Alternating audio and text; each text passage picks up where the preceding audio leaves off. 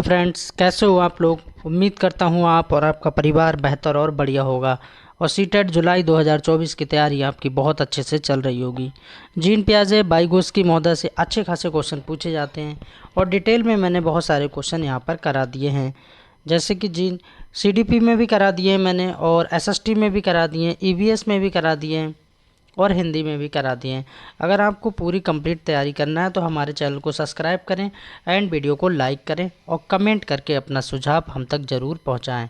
तो gene पियाजे most important topic है, इससे क्वेश्चन हर बार बनता ही बनता है, चाहे 1 से 5 का एग्ज़ाम देते हो या 6 to 8 का एग्ज़ाम देते हो, दोनों में ही पूछे जाते हैं जीन पियाजे को।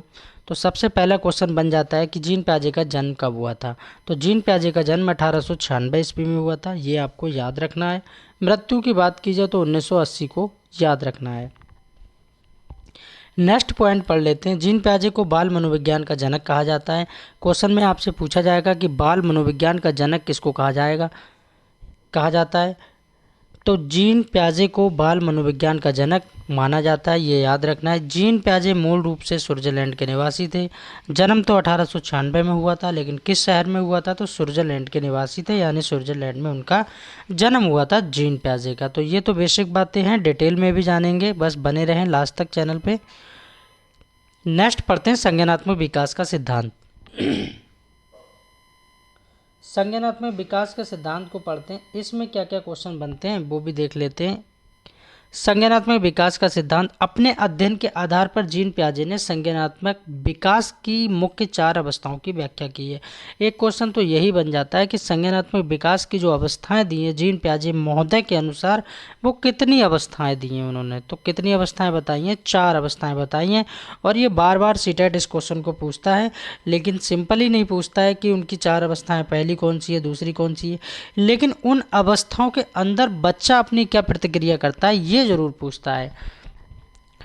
तो संज्ञानात्मक विकास की कितनी अवस्थाएं होगी, 4 अवस्थाएं दी हैं। पहली अवस्था पढ़ेंगे तो संवेदी गामक अवस्था है। ये जन्म से 2 वर्ष यानी 0 से 2 वर्ष तक चलती है। बच्चा छोटा सा होता है तो इस अवस्था में रहता है, यानी जीन पियाजे की पहली अवस्था में। इस अवस्था में बच्चे कैसे करके सीखते हैं, तो अपने इंद्रियों के माध्यम से सीखते हैं, जैसे कि आँख, कान, जीभ, त्वचा के माध्यम से भी बच्चा सीखता है। तो इन इंद्रियों के माध्यम से छोटा बच्चा होता है 0 से 2 वर्ष के बीच का, तो ये संवेदीगामक अवस्था के अंतर्गत आता है। दूसरी अवस्था देखते हैं जीन पियाजे की। दूसरी अवस्था में बच्चा क्या करता है, ये 2 से 7 वर्ष तक चलती है। पहली 0 से 2 चलती है, दूसरी 2 से 7 चलती है और तीसरी 7 से 11 वर्ष तक चलती है। जीन पियाजे के अनुसार इस अवस्था में बच्चे सबसे अधिक संकेतों या चिन्हों के माध्यम से सीखता है। ये क्वेश्चन बार बार पूछा जाता है कि जीन पियाजे के माध्यम के अनुसार इस अवस्था में बच्चे सबसे अधिक संकेतों या चिन्हों के माध्यम से सीखता है। किस अवस्था में, 2 से 7 वर्ष की अवस्था में जीन पियाजे के अनुसार। इस अवस्था में बच्चे के अंदर सबसे अधिक भाषा का विकास होता है। किसका होता है, भाषा यानी लैंग्वेज का विकास होता है। बच्चा सबसे ज़्यादा यहाँ पर लैंग्वेज पे फोकस करता है और लैंग्वेज से यहाँ पर सीखता है। 2 से 7 वर्ष का बच्चा यहाँ पर होता है, जैसे कि वो यूकेजी में पढ़ रहा है या एनसी में पढ़ रहा है, तो यहाँ से 2 से 7 वर्ष का बच्चा जो है क्लास फर्स्ट तक आ जाता है ना।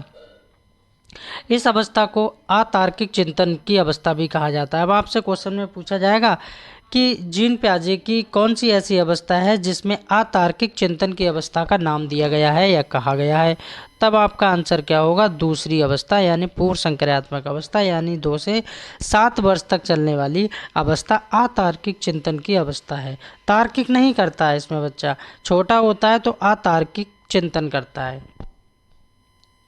अगर मेरा पढ़ाया हुआ अच्छा लग रहा है तो प्लीज़ वीडियो को लाइक करें एंड चैनल को सब्सक्राइब करें। शिक्षक भर्ती का यह निःशुल्क प्लेटफॉर्म है, किसी भाई बहन से कोई भी पैसा या चार्ज यहाँ पर नहीं लिया जाता है।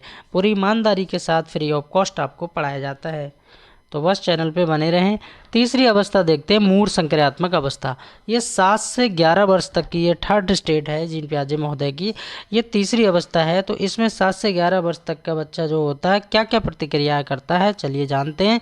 इस अवस्था में बच्चे मूर्त वस्तुओं से संबंधित तर्क करने लगता है। तर्क आप लोग समझते ही हो, तर्क करने लगता है, और इस अवस्था को तार्किक चिंतन की अवस्था कहा जाता है। हमने अभी सेकंड स्टेट में क्या देखा था, अतार्किक अवस्था देखा था। क्या, अतार्किक। जब जब अतार्किक चिंतन आपसे पूछे तो दूसरी लगाना है, और जब आपसे तार्किक चिंतन की बात कही जाए तो आपको तीसरी अवस्था याद रखना है जीन पियाजे की 7 से 11 वर्ष। इस अवस्था में बच्चे किसी भी वस्तु या स्वयं व्यक्ति के प्रत्येक पहलू को देखकर निर्णय लेता है। ऐसे ही नहीं, अजर्रा नहीं, किसी वस्तु में व्यक्ति के प्रत्येक पहलू को देखकर ही निर्णय लेता है, ये आपको याद रखना है। इस अवस्था में बच्चे आसानी से वस्तु को आरोही या अवरोही क्रम में रख सकता है, क्योंकि बच्चा बड़ा हो जाता है 7 से 11 वर्ष। आरोही मतलब बढ़ता हुआ, अवरोही मतलब घटता हुआ, कि जैसे कि मुझे 2 के बाद क्या लगाना है, 3 लगाना है, 3 के बाद 4 लगाना है, 5 लगाना है, 2 से बड़ा क्या है 3 है, 3 से बड़ा 4 है, 4 से बड़ा 5 है। यह बच्चा इस तरह से क्रम में लगाने का सिस्टम को सीख जाता है, और घटाने को भी सीख जाता है कि 5 से छोटा क्या होता है, 2 होता है या 4 होता है या 3 होता है। तो इस तरह इन बातों को बच्चा 7 से 11 वर्ष की अवस्था में यानी मूढ़ संक्रियात्मक अवस्था में सीख जाता है। जीन पियाजे की लास्ट अवस्था देखेंगे, इसमें क्या करता है, औपचारिक संक्रियात्मक अवस्था है, 11 से 15 वर्ष तक चलती है, बच्चा बड़ा हो जाता है यहाँ पर, ठीक है। इस अवस्था में बच्चों में अमूर्त चिंतन विकसित हो जाता है। कैसा चिंतन? अमूर्त चिंतन विकसित हो जाता है। बच्चों के चिंतन में क्रमबद्धता, वस्तुनिष्ठता विकसित हो जाती है यहाँ पर। इस अवस्था में बच्चों के निगमनात्मक चिंतन का विकास हो जाता है। अमूर्त अवस्था के बच्चों में परिकल्पनात्मक, निगमनात्मक चिंतन या वैज्ञानिक सोच का विकास हो जाता है। औपचारिक संक्रियात्मक अवस्था जो 11 से 15 वर्ष तक चलती है, ये जीन पियाजे महोदय की चौथी अवस्था है। और जन्म के बारे में मैंने बता ही दिया था, स्विट्जरलैंड के निवासी हैं, इन्होंने 4 अवस्थाएं दी हैं। और जानते हैं क्या क्या क्वेश्चन इनसे बनते हैं। अभी जीन पियाजे की काफ़ी अच्छी ये वीडियो है, सारे डाउट्स इसी वीडियो में आपके क्लियर हो जाएंगे, बस बने रहें लास्ट तक।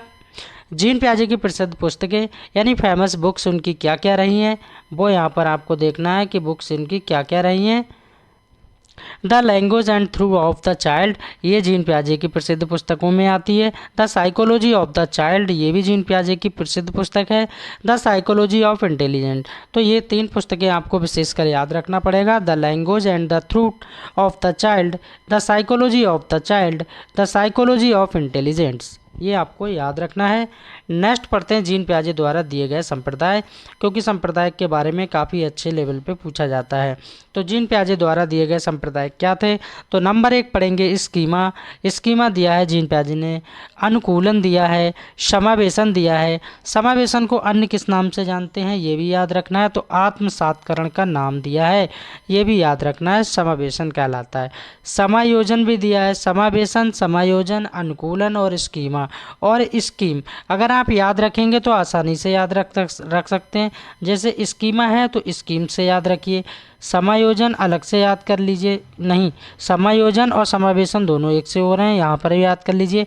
और अनुकूलन को याद रखना है। ये जीन पियाजे द्वारा दिए गए क्या है, संप्रदाय हैं। इसके बाद देख लेते हैं इसमें क्या है, साम्य धारणा है 6 नंबर पर, और 7 नंबर पर मानसिक संक्रिया है, और 8 नंबर पर विकेंद्रीकरण है। अब कुछ इनसे जीन पियाजे महोदय से बनने वाले महत्वपूर्ण प्रश्न देखेंगे जो कि प्रीवियस ईयर में पूछे गए हैं, जो आप देख सकते हैं। जीन पियाजे ने संज्ञानात्मक विकास को किन किन अवस्थाओं में विभाजित किया है, तो डिटेल में मैंने चीज़ों को पढ़ा दिया, एक बार फिर से रिवाइज कर लेते हैं यानी देख लेते हैं। तो जीन पियाजे ने, मैंने बताया था, जीन पियाजे महोदय के अनुसार उन्होंने 4 अवस्थाएं दी हैं, और चारों अवस्थाओं को यहाँ पर सीरियल से लगा दिया गया है। तो पहली अवस्था क्या है, संवेदी पेशीय अवस्था, जो कि जन्म से 2 वर्ष तक चलती है या 0 से 2 वर्ष तक चलती है। दूसरी अवस्था देखते हैं पूर्व संक्रियात्मक अवस्था, ये 2 से 7 वर्ष तक चलती है। और तीसरी अवस्था क्या है, मूढ़ संक्रियात्मक अवस्था, जो 7 से 11 वर्ष तक चलती है। चौथी अवस्था है अमूर्त संक्रियात्मक अवस्था, जो 11 से 15 वर्ष तक चलती है। ये जीन पियाजे महोदय की 4 अवस्थाएं हैं, जो संज्ञानात्मक विकास को इन 4 अवस्थाओं में विभाजित किया है, यानी बांटा है, यानी डिवाइड किया है। नेक्स्ट देखते हैं संज्ञानात्मक विकास का सिद्धांत के प्रतिपादक कौन है। अभी सारा कुछ हमने डिटेल में जान लिया है, तो आप आराम से इसका आंसर दे सकते हैं। संज्ञानात्मक विकास के सिद्धांत के प्रतिपादक जीन पियाजे महोदय हैं, तो जीन पियाजे महोदय को बिल्कुल याद रखना है। नेक्स्ट क्वेश्चन देखते हैं कि अनौपचारिक अवस्था को अन्य और किस नाम से जाना जाता है। अनौपचारिक, एक औपचारिक एक अनौपचारिक, तो अनौपचारिक के लिए आपको मूढ़ संक्रियात्मक अवस्था याद रखना है। नेक्स्ट क्वेश्चन देखेंगे, औपचारिक अवस्था का अन्य नाम क्या है। वहाँ देखा था अनौपचारिक, यहाँ देख रहे हैं हम औपचारिक। तो औपचारिक अवस्था का अन्य नाम क्या है? तो अमूर्त संक्रियात्मक अवस्था इसका दूसरा नाम है। इस अवस्था को इस नाम से जाना जाता है। नेक्स्ट क्वेश्चन देखते हैं, अतार्किक चिंतन की अवस्था किसको कहा जाता है? एक तार्किक और एक अतार्किक, मैंने दोनों बताया है। पूर्व संक्रियात्मक अवस्था, इसको अतार्किक चिंतन की अवस्था कहा जाता है। और नेक्स्ट क्वेश्चन है तार्किक चिंतन की अवस्था। तो तार्किक चिंतन की अवस्था किसको माना जाता है? मूर्त संक्रियात्मक अवस्था को यहाँ पर माना जाता है। नेक्स्ट क्वेश्चन देखते हैं, मूर्त चिंतन की अवस्था मानी जाती है, तो मूर्त चिंतन की अवस्था कौन सी मानी जाती है? तो मूर्त संक्रियात्मक अवस्था को माना जाता है। अमूर्त चिंतन की अवस्था देखते हैं, तो अमूर्त चिंतन की अवस्था मानी जाती है, अमूर्त संक्रियात्मक अवस्था को कहा जाता है। नेक्स्ट क्वेश्चन देखते हैं, स्कीमा समावेशन एवं समायोजन संप्रदाय किसने दिया? तो जीन पियाजे महोदय ने दिया था। तो ये सारे क्वेश्चन थे जीन पियाजे महोदय से बनने वाले, जो हमने डिटेल में चीज़ों को समझ लिया है, क्वेश्चन देख लिया, उनकी प्रसिद्ध बुकें देख ली, संप्रदाय देख लिया, और इन्हीं से क्वेश्चन बनता है। और भी अगर आपको कंप्लीट किसी टॉपिक पे वीडियो चाहिए तो प्लीज़ मेरे चैनल को सब्सक्राइब करें एंड वीडियो को लाइक करें और कमेंट करके अपना सुझाव हम तक दें कि सर इस पे वीडियो बना दीजिए, इस पे वीडियो दे दीजिए। बाकी मैंने बहुत सारी वीडियो लगभग 440 के करीब वीडियो डाल दी हैं, जो कि ज़्यादातर मेरा फोकस शिक्षक भर्ती पे रहता है, और शिक्षक भर्ती पे मैं लगातार वीडियो आपको देता हूँ। फ्री ऑफ कॉस्ट चैनल है, चैनल को सब्सक्राइब करें और अपने डाउट्स को क्लियर करें। आपका सिलेक्शन ये हमारा गिफ्ट है, तोहफा है। धन्यवाद। मस्त रहिए, बिंदास रहिए, खुश रहिए और एक पॉजिटिव सोच के साथ अपनी तैयारी को करते रहिए।